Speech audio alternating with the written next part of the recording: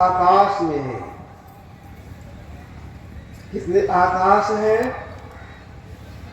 नानक साहब की वाणी में है, लख लख आकाशा लख लख पाताला। लाख लाख आकाश हो, ऐसे विश्व आकाश हो। सभी आकाशों में परमात्मा व्यापक होकर के अपना मन बाहर रखे। कितने बाहर है कि कोई सीमा नहीं है, सिर्फ वर्णन आने जो नहीं है। जो ज्ञान से परे हैं, मुझे कोई कह नहीं सकते हैं। वह एक शक्ति है जिसको हम वर्णन कर कह नहीं सकते हैं। वह शक्ति कहीं का स्वरूप कैसा है।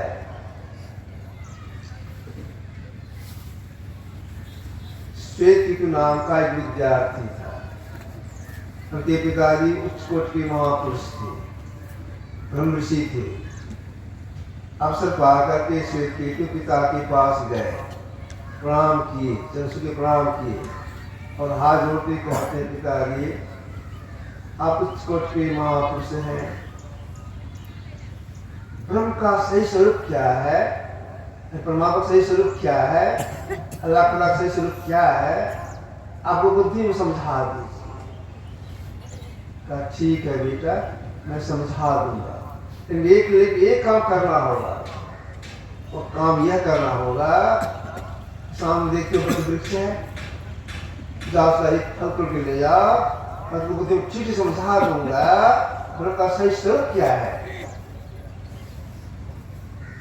आदेश पा करके श्वेत वृक्ष के पास एक फल तोड़ के लिए आए, जो गोल ऐसा होता है, ले आए। पिताजी ले आए, ठीक है, इसको तोड़ो। तोड़ दिए। क्या देखते इसके भीतर में? तो दोनों फांक में पूरा बीज भरा हुआ है। ठीक है, एक फांक को फेंक दो, एक फांक से एक बीज अपने तलथी पर लो, बाकी फेंक दो। जैसे आगे उसके अनुसार एक बीज लिए तलथी पर, बाकी फेंक दिए। क्या है तुम्हारे हाथ में? पूछते हैं। पिताजी एक बीज है, वृक्ष का एक बीज है, आज एक बीज है, इसको तोड़ो। तो मसल करके तोड़े। अब क्या देखते हो? पिताजी अब तो दो दाल हो गया, इसको तोड़ा, दो दाल हो गया। अच्छा, दो दाल हो गया। अब दोनों दाल को अलग मिट्टी में गाड़ोगे तो कुछ होगा? अब तो नहीं होगा, अब सड़ जाएगा। ठीक है, अगर दोनों सटा रहता, मिट्टी से गाड़ता, कुछ होता कि नहीं होता? पिताजी तब तो हो जाता।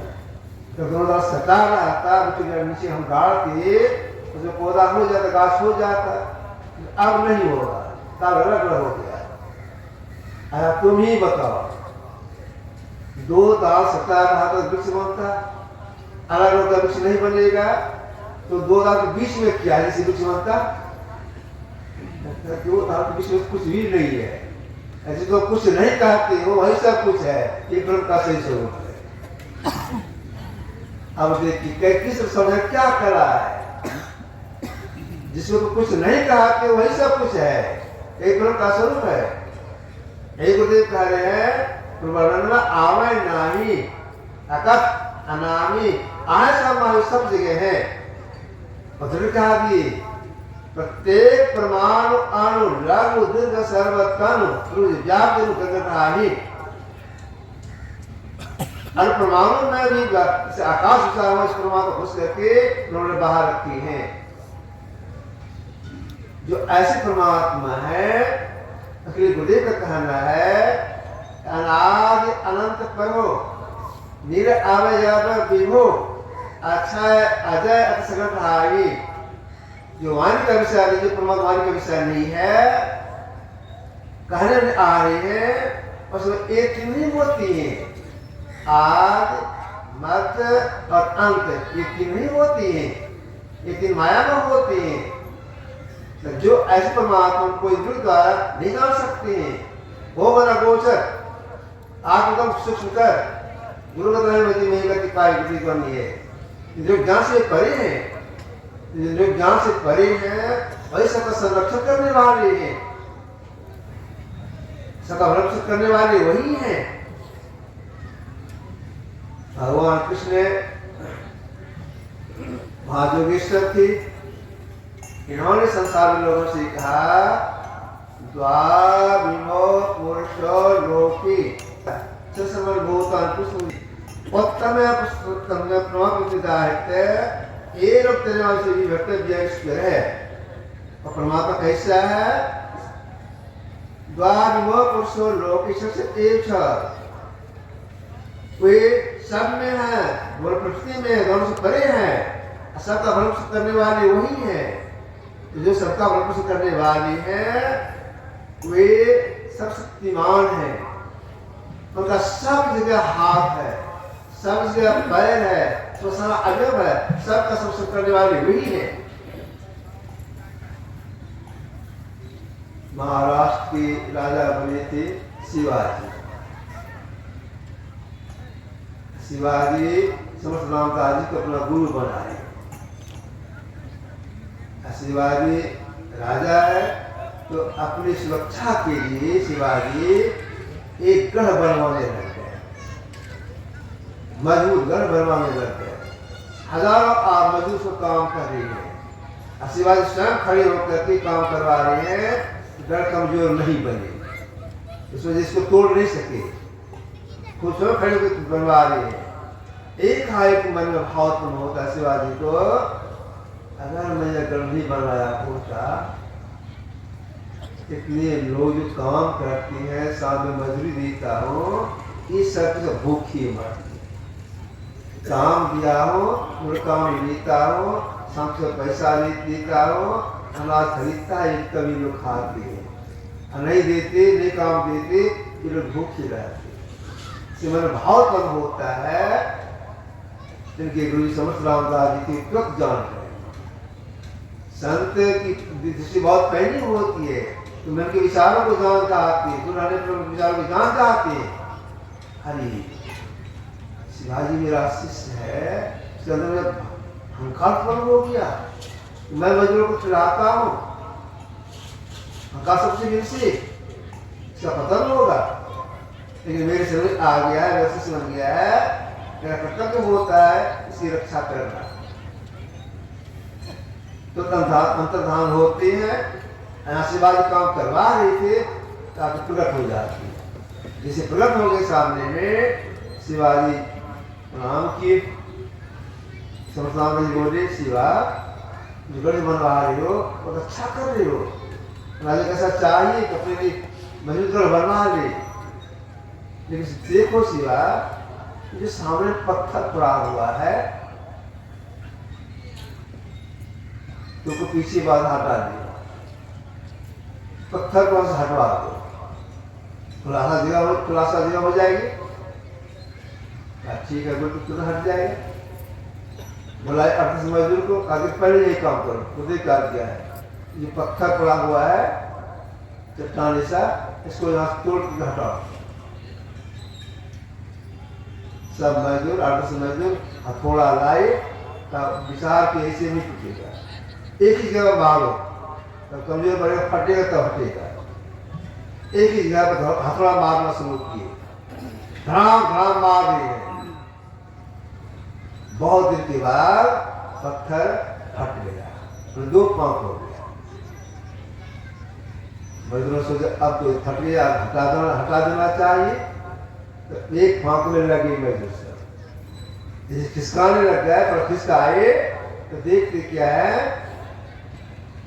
जहाँ फटा था पत्थर के बीच में एक खाली जगह है, और खाली जगह में एक बेंग बैठा हुआ है, और बेंग के मुंह में खाने का चारा है, और सामने एक थोड़ा गठाई सा था, उसमें पानी है, न खाना भी है पानी भी है। समझ शिवाजी दिखाते कहते हैं कि शिवा ये जो पत्थर के बीच में बेंग है, जिसे तुम्हें खाना पानी दिए हो, तो पत्थर के बीच में जो प्राणी है उसकी भी देखरेख करने वाले परमात्मा है। क्यों? परमात्मा सब जगह है, सब उनका हाथ है, पैर, कान, सब जगह उनका सब अवयव है। तो जो ऐसे परमात्मा सब संरक्षण करने वाली है, उसके लिए भगवान कृष्ण ने कहा शरवत है पानी पादम तथा सर्वश्रोमुखम सरस्वती मानलोके सर्वावृत्य तिष्ठति। सब जगह का सारा अवयव है। जो ऐसे परमात्मा है, अगर वो कोई जानना चाहती है, मिलना चाहती है, तो सबसे पहले उन्हें क्या करना होगा? ये आप मेरे पाठ में सुना हो। जो सृष्टि करता परमात्मा है, अगर को देखना चाहती, मिलना चाहती है, सबसे पहले कौन सा काम करना होगा? ये की आज्ञा हुई है, ये सबसे पहले बुद्धि जो करना होगा, मतलब सत्संग करना होगा। क्यों सत्संग करना होगा? इसलिए जब तक कि सार कर्तव्य अकर्तव्यता से बोध नहीं होगा, तो साधना को नहीं प्राप्त कर सकते और नहीं मिल सकती है। सार से बोध हो जाए, कर्तव्य अकर्तव्य से ज्ञान हो जाए, इसी के लिए महावेद की आज्ञा हुई है, मनुष्यों बुद्धि जो कीजिए, सत्संग कीजिए, मांसंग कीजिए। मांसंग करेंगे क्या सार सही जानकारी हो जाएगी, तब साधना मन लगेगा। असारी सार मतिनो सारी चासार दस्तिनो ते सर्वनागच्छन्ति मिच्छा संकल्प गोचरा भगवत का वचन है पाली में। सार को असार, असार को सार समझने वाले मिथ्या संकल्प बड़े सार प्राप्त नहीं करते। इसके आगे भगवान बुद्ध ने कहा सारय्यत सारतो यत्त्व असारतो ते सर्व अधिगच्छन् सम्मा संकल्प गोचरा पाली में। सार को सार, असार को सार समझने वाले समझयुक्त सार को प्राप्त करती है। ज्ञान कहाँ होता है? इसी सत्संग में होता है। जो सत्संग करती है बहुत लाभ होता है। जान धियो हरति सिंचति वाच सत्तन मांस जिसकी पापम पा करोति चेत प्रतिष्ठित नोति कीर्ति सत्संगति कथि किन करोति पुरुषां वचन है। सज्जनों संगति से बुद्धि की जड़ता का नाश होता है, वाणी सत्य से सींचती है, मानवृत्ति होती है, सामकृति फैलती है, चित्त प्रसन्न होता है, भाव नष्ट होता है, कहीं मनुष्य या सत्य त्याग क्या करती है।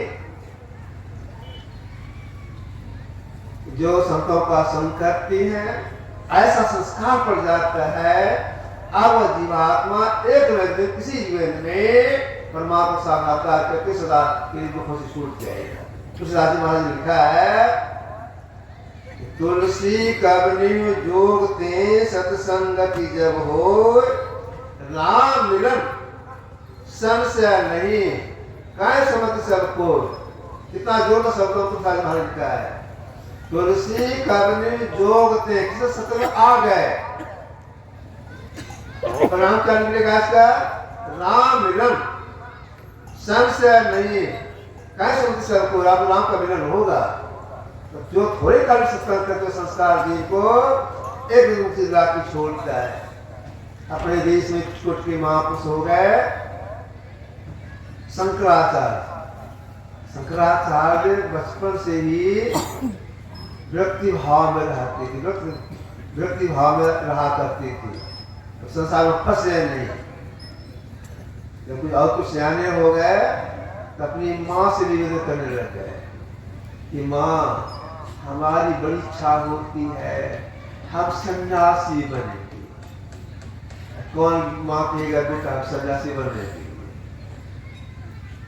तो बार बार निवेदन करते थे शंकराचार्य, माँ आज्ञा दे तो हम सन्यासी बनेंगे। इसके बाद साधना ऋषि करके साधना करेंगे, सदस्यता प्राप्त करेंगे। तो मैंने भाव था उनको, क्योंकि माँ आज्ञा देती ही नहीं बेटा सन्यासी मत करो। समय निकल रहा है। शंकराचार्य क्या कि अपनी माँ से बोले कि माँ हमारी आज इच्छा होती है कि नदी में जाकर स्नान करने के लिए, लेकिन अकेले जन हमको डर लगता है, तो भी साथ में चलो। ठीक है चलो। तो पहनने का कपड़ा ले लिए। माँ बेटा दोनों गए नदी किनारे, कपड़ा दे दिए माँ के हाथ में। शंकराचार्य पानी में घुसे, नहाने खाल से पानी में घुसे, आगे बढ़ते जा रहे। जब ठंडा भर पानी से आगे बढ़े, एक हाथ ग्रह ने मोचा ने तो दोनों पांव को पकड़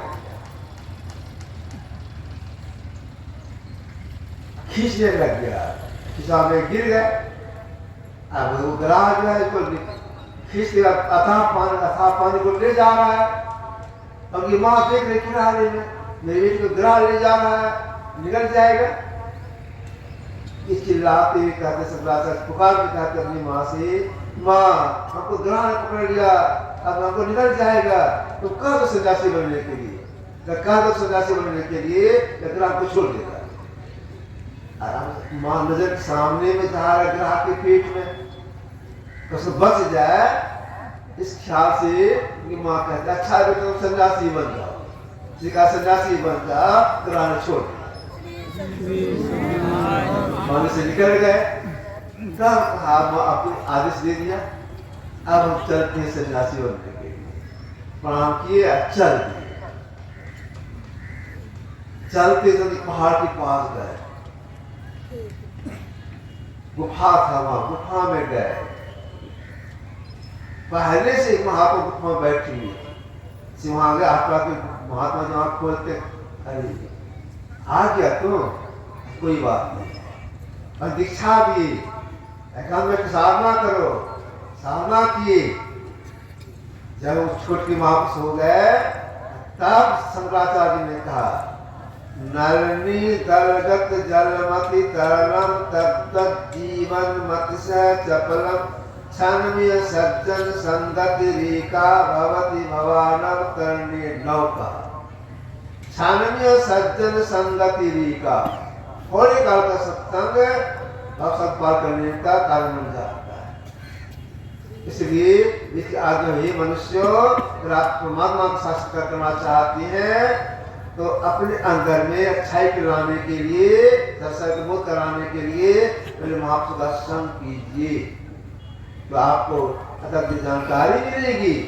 तो देखिए महापुरुष का संग करेंगे क्यों कहा गया, इसलिए हम संग करेंगे जिसके चलते, इस कारण से हम जीव नीची जोनी में जाती हैं, दुखों को भोगते हैं, वह काम मिट जाए।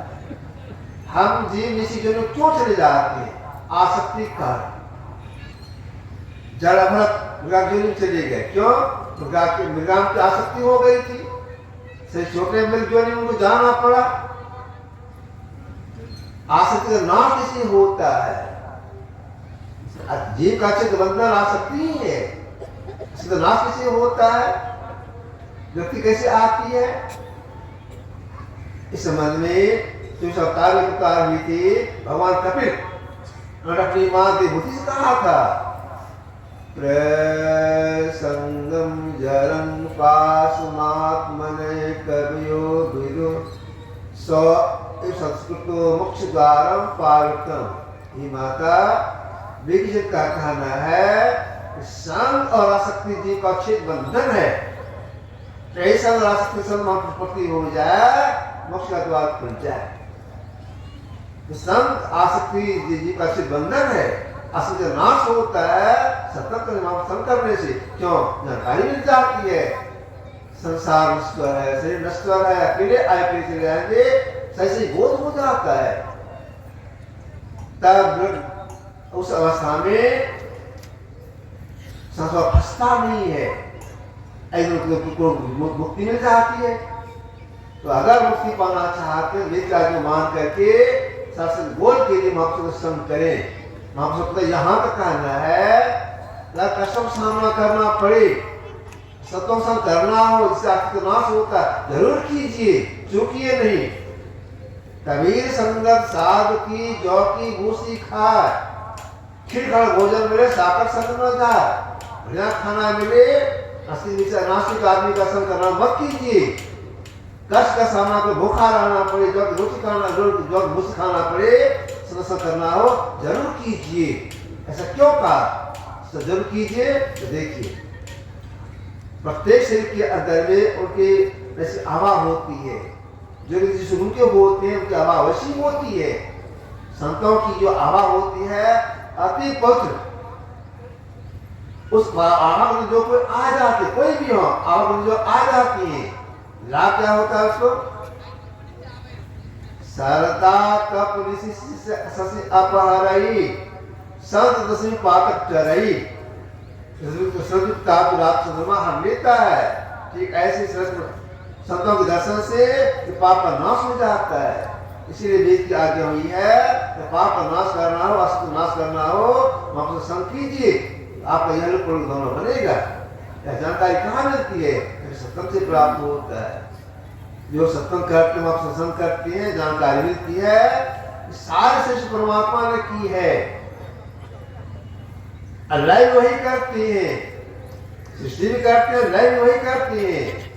अंत पहचान उनका पूर्णता पहचान हो, इसके लिए अंत साधना में जानकारी भी तो बाहर सकते हैं। अंत साधना में माना जो करना होता है, तो मान लो कैसे करेंगे, जो कैसे करेंगे जानकारी बाहर सत्संग से प्राप्त होता है। इसलिए सब आना चाहिए जानकारी के लिए और प्रेरणा के लिए भी।